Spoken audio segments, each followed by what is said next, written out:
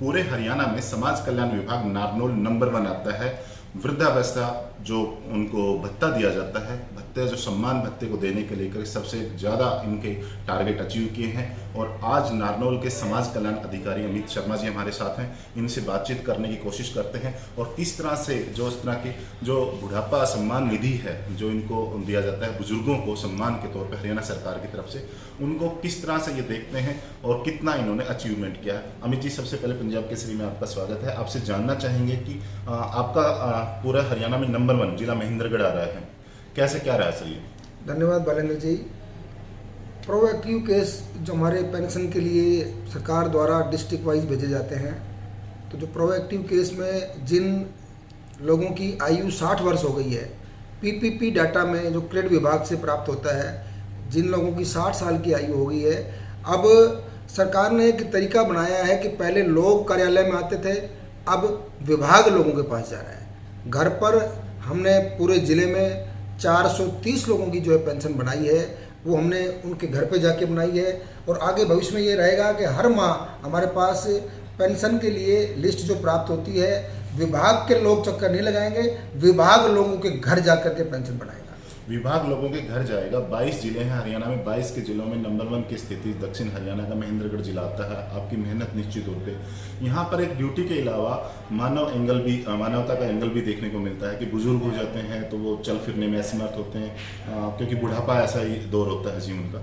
तो उस दौर में काफ़ी बार जिस तरह से पोस्ट ऑफिस में उनकी पेंशन जाती है या ग्रामीण जो बैंक हैं या इकाई है किसी नेशनल बैंक की, वो लोग काफ़ी बार आनाकानी करते हैं, वहाँ बुजुर्गों को होते हैं। उन लोगों से आप क्या अपील करेंगे, किस तरह की विभाग की आपकी गाइडलाइन है सर?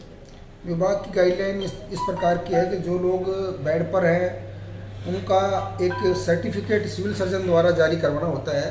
लेकिन उसके अलावा भी अगर हमारी नोटिस में इस तरह की कोई बात आती है तो हम संबंधित बैंक को, पोस्ट ऑफिस को ये लिखित में देते हैं कि उन बुजुर्गों को जो बुजुर्ग बेड पर हैं उनको पेंशन वितरण घर पे जाके किया जाए। और ऐसा देखने में भी आया है कि बहुत से अच्छे बैंक हैं, पोस्ट ऑफिस हैं जो इस तरह का काम भी कर रहे हैं। और मेरा फिर से एक आह्वान है पूरे ज़िले के बैंक और पोस्ट ऑफिस के कर्मचारी अधिकारियों से कि वो इसको सामाजिक दृष्टि से देखते हुए ऐसे लोगों को राहत जरूर पहुँचाएं। जी, सरकार की एक स्कीम और आ रही है कि काफ़ी बार देखा जाता था कि कुछ बुजुर्ग जो जिनका इंतकाल हो चुका है, दुनिया से रुखसत कर चुके हैं, वो लोग पेंशन ले रहे हैं, ऐसे आरोप लगते हैं। जब से आधार कार्ड लिंक हुआ है ये समस्या कम हुई है। और काफ़ी बार ऐसा देखा जाता है कि जो लोग पेंशन के लिए काफ़ी चक्कर लगाते हैं, उनको बुजुर्गों को पेंशन नहीं मिल पाती। एक सरकार की बहुत ही महत्वाकांक्षी योजना आने वाली है, उसके ऊपर थोड़ा बताने की कोशिश। इस तरह के केस में अब जो जब से सिस्टम ऑनलाइन हुआ है, डेथ जो है वो आधार बेस्ड डेथ हटा दी जाती है। तो इस तरह की अभी इस तरह की घटनाएं तो नहीं है कि कोई मृतक व्यक्ति की कोई पेंशन का वितरण हो रहा हो, विभाग की नोटिस में नहीं है। अगर इस तरह की कोई कार्रवाई अगर हमारे संज्ञान में आएगी तो निश्चित रूप से कार्रवाई होगी। दूसरा, जो पेंशन वितरण में अगर कहीं कोई दिक्कत होती है तो विभाग की नोटिस में आने के बाद तो उस पर तुरंत अमल में लाया जाता है और कार्रवाई की जाती है।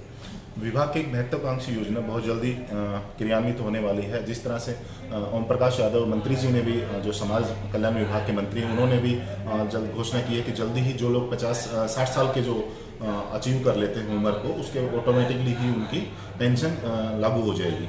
इस पर क्या जो आपकी योजना है, क्या इस तरह से क्रियान्वित होने वाली है सर?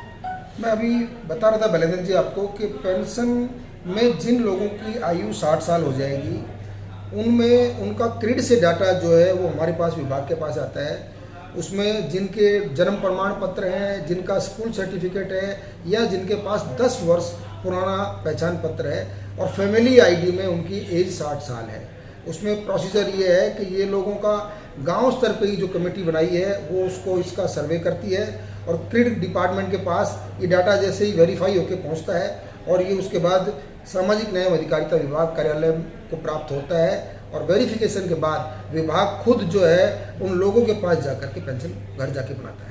जी जी, लोगों को घर जाकर के पेंशन मिलाता है। बहुत बहुत शुक्रिया सर हमसे बातचीत करने के लिए। ये थे नारनौल के समाज कल्याण अधिकारी अमित शर्मा जी, जिनका साफ तौर पर कहना है कि अब 60 साल की उम्र पार करने के बाद भी किसी भी बुजुर्ग को जो कि सरकार की योजना के तहत पेंशन लेने का जो बुढ़ापा निधि है उनको लेने का जो अधिकार रखता है, वो कहीं ना कहीं उनको विभागों के चक्कर नहीं लगाने पड़ेंगे। निश्चित तौर पर समाज कल्याण विभाग ही उनके घर तक जा रहा है और जिस तरह की सरकार की महत्वाकांक्षी योजना है वो निश्चित तौर पर बुजुर्गों के लिए एक तोहफे का और एक वरदान के तौर पे साबित होने वाली है। कैमरा पर्सन रूप सिंह के साथ भालेंद्र यादव, पंजाब केसरी टीवी, नारनौल।